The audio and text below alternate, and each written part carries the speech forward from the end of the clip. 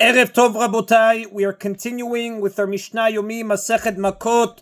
We are up to Parak Aleph Mishnah Dalet. Today's Mishnah should be Le'elu Nishmat, Neria ben Svetlana Ranbayev, Eliyahu ben Burchai Israelov, Chana bat Miriam, Sason ben Raya, and Yoshua ben Shifra, Menuchatam beGan Eden, Amen. And Abdil ben Chaim lechaim v'derefua shelemav Daniel Shalom ben Rosa betoch shachole Yisrael and Achlama Mera of Binyamin Old Sion Chai ben Dvorah.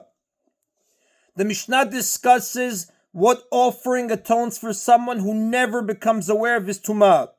Va'al she'en ba'idiyah lo batchila v'lo basof, and for tumah for which there is no awareness at all, neither in the beginning before the sin, nor at the end after the sin. Meaning the person became tameh and ate from an offering or entered the temple, but he never knew about it before he sinned, they never found out about it after he sinned. Sireh Galim Usireh Rashi Chodeshim Mechaprim, the he-goats of the festivals and the he-goats of Rosh Chodesh atone. Diva Rabbi Yehuda, these are the words of Rabbi Yehuda. Now on each Rosh Chodesh and on each of the festivals referring to Pesach, Shavuot, Rosh Hashanah and Sukkot, a he-goat is brought as a chatat, as part of the Musaf offerings. The Yom Kippur Musaf offering also included a he-goat, but that goat atones for tumah in which there was awareness after the sin, as we learned in the previous Mishnah. And Rabbi Yehuda learns this law from the verse that speaks of the Musaf goat of Rosh Chodesh, and one he-goat for a chatat offering to God, as the Torah says in Bamidbar chapter 28 verse 15. The phrase to God indicates that this goat atones for a sin that no one but God knows about, meaning where there was never any knowledge of tumah by the sinner, either before or after the sin. In a different verse, in verse 22 there, the Torah compares the Musaf goats of the festivals to those of Rosh Chodesh to teach that they too atone for such a sin. The next Tana disagrees with Rabbi Yehuda's view about the he-goats of Rosh Chodesh. Rabbi Shimon says, Sirei Galim Mechaprin aval lo Sirei Rashi Chodeshim. The he-goats of the festivals do indeed atone for tumah in which there was never any awareness, as Rabbi Yehuda stated, but not the he-goats of Rosh Chodesh. For what do the he-goats of Rosh Chodesh atone? Ala taor she'achal et hatameh. They atone for a taor person who unintentionally ate from an offering that became tameh. Now Rabbi Shimon learns his opinion from a verse. Rabbi Yehuda, however, holds that the sin of a taor person eating from a tameh offering is atoned for by the he-goat sent to Azazel. To review, the sin of mistakenly entering the temple or eating from sacrificial offerings while tameh requires atonement. Different offerings atone for different levels of this sin.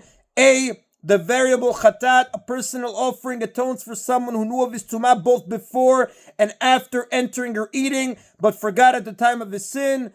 B, the inner chatat of Yom Kippur atones for someone who knew of his tumah before he entered or ate, but not afterward. C, the outer chatat of Yom Kippur atones for someone who knew of his tumah after he entered or ate, but not before.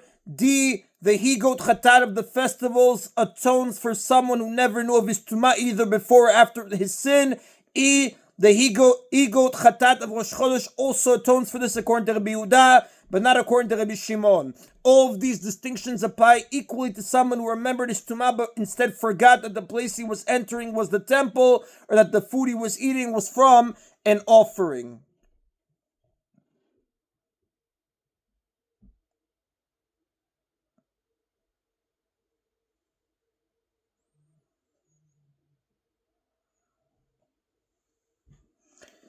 Now, although Rabbi Yehuda and Rabbi Shimon disagree about the atonement of the Rosh Chodesh he-goats, they both agree that the festival he-goats and the outer Chatat Yom Kippur do not atone for the same things. The next Tana disputes this. Rabbi Meir says, Kol asirim kaparatan shava, the atonement of all the he-goats that are part of a Musaf offering, namely the he-goats of the festivals, Rosh Chodesh, and the outer Chatat of Yom Kippur. The outer Chatat of Yom Kippur was the he-goat of Yom Kippur, of Yom Kippur's Musaf offering. The inner Chatat of Yom Kippur, however, was a special Yom Kippur offering, not part of its Musaf. Now, Rabbi Meir says that the atonement of all the he-goats is the same. Al tumat mikdash v'kodoshav. They all atone for the tumah of the temple and its holy things, meaning the sin of accidentally entering the temple or eating from an offering while tameh. According to Rabbi Meir, all of the unintentional sins mentioned in this Mishnah and the previous one are atoned for by any one of the Musaf he-goats, meaning they all atone for the sin of entering the temple or eating holy things while tameh in any of the following cases. A, the person knew of his tumah after sinning but not before.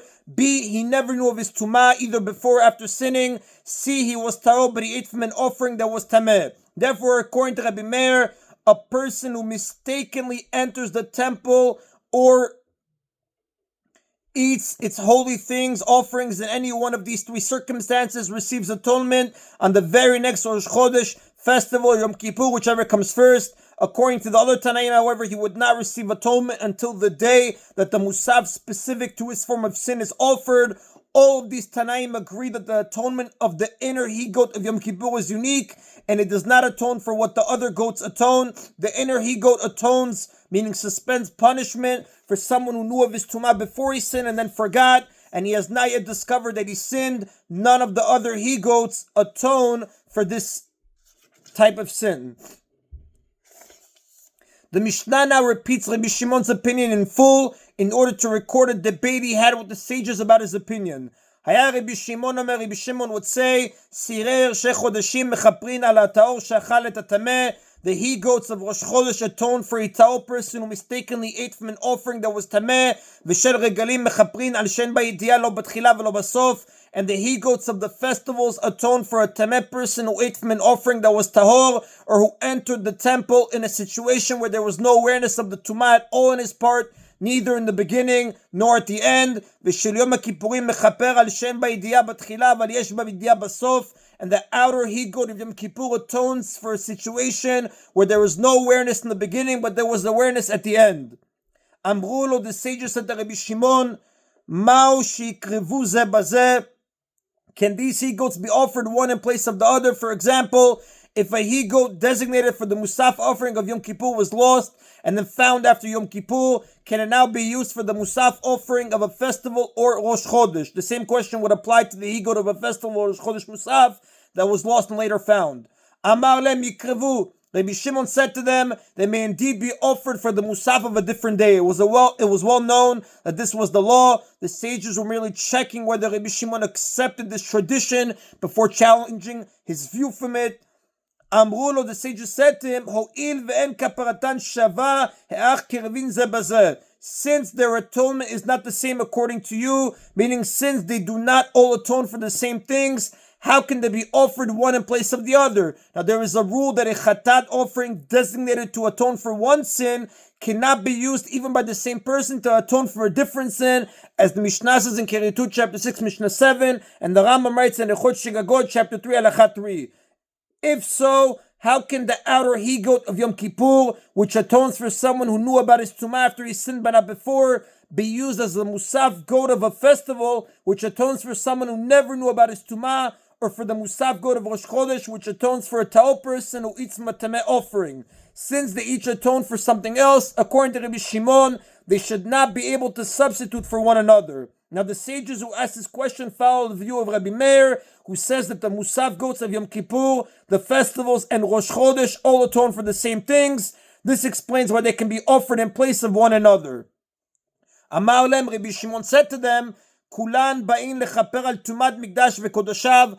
All of them come to atone for variations of the same sin, the tumah of the temple and its holy things. Therefore, they can replace one another. Rabbi Shimon answers that although they each atone for different variations of the sin of entering the temple or eating offerings while tameh, or eating offerings that are tameh, they all actually atone for the same sin, namely violating the holiness of the temple and its offerings through tumah. Therefore, any of these may be offered in place of the other.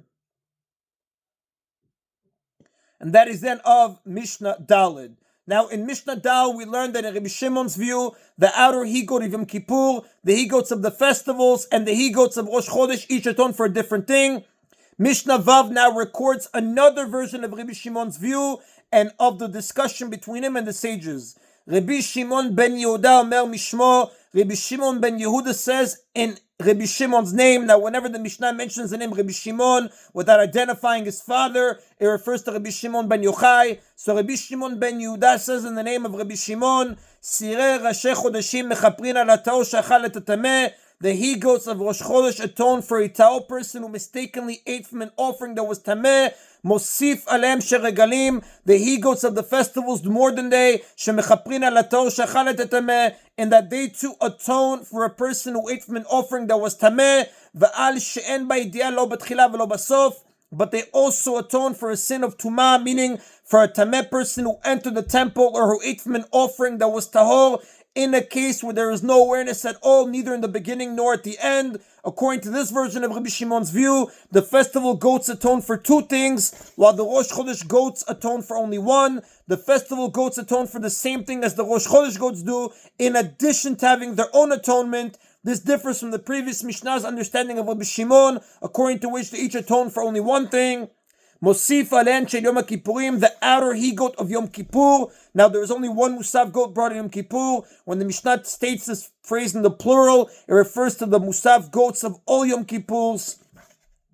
So the outer he-goat of Yom Kippur does even more than the festival he-goats. Shen mechaprin al hatao shachal et hatameh, and that they atone for all three sins, namely for a ta'o person who ate from an offering that is tameh, v'al shen ba'idiyah lo b'tchila v'lo basof, and for a sin of tumah in a case where there is no awareness at all, neither in the beginning nor at the end, and also for a sin of tumah in a case where there is no awareness in the beginning, but there is awareness at the end. According to this version of Rabbi Shimon's view, the Musaf goat for Yom Kippur atones for three things, while the festival goats atone for only two. It atones for everything the festival goats atone for, in addition to having its own atonement. Now, according to this version of Rabbi Shimon's statement, the discussion between him and the sages went as follows. Amrulo, the sages said to Rabbi Shimon, Maushi krivu zeh bazeh, can these he-goats be offered one in place of the other? Meaning, if a he-goat designated for the Musaf offering of one of these days was lost and later found after its day had passed, can it be offered for the Musaf of another one of these days? Amar lehem hen, Rabbi Shimon said to them, yes. Amrulo, the sages said to him, Im ken you shel Yom Kippurim kerevin berashi chodeshim. If what you say is so, that the Yom Kippur he-goat atones for that which the Rosh Chodesh and festival goats atone, then we can understand why the he-goats of Yom Kippur can be offered on Rosh Chodesh, because the atonement of the Rosh Chodesh goat is included in the atonement of the Yom Kippur goat. Similarly, it's understandable why a Yom Kippur goat can be offered on a festival, because the Yom Kippur Musaf atonement includes that which the festival Musaf atones for. But if the he-goats of Rosh Chodesh were lost and later found in time for Yom Kippur, how can those goats of Rosh Chodesh be offered for the Musaf and Yom Kippur? To atone an atonement that is not their own, meaning to atone for something for which a Rosh Chodesh goat was never meant to atone. And the same question could be asked how a Rosh Chodesh goat can be offered on a festival, or how that of a festival can be offered on Yom Kippur. Amar lehem, Rabbi Shimon said to them, Kulan ba'in lechaper al tumad mikdash v'kodoshav. All of them, the he-goats of Yom Kippur, the festivals and Rosh Chodesh, come to atone for the tumah of the temple and its holy things. Although they vary in the details of the sin for which they atone, they all basically atone for the same sin, the violation of the sanctity of the temple and its offerings. Therefore, they can replace one another. And that is the Nabotav today's Mishna Yomi. Baruch Adonai Leolam. Amen v'amen.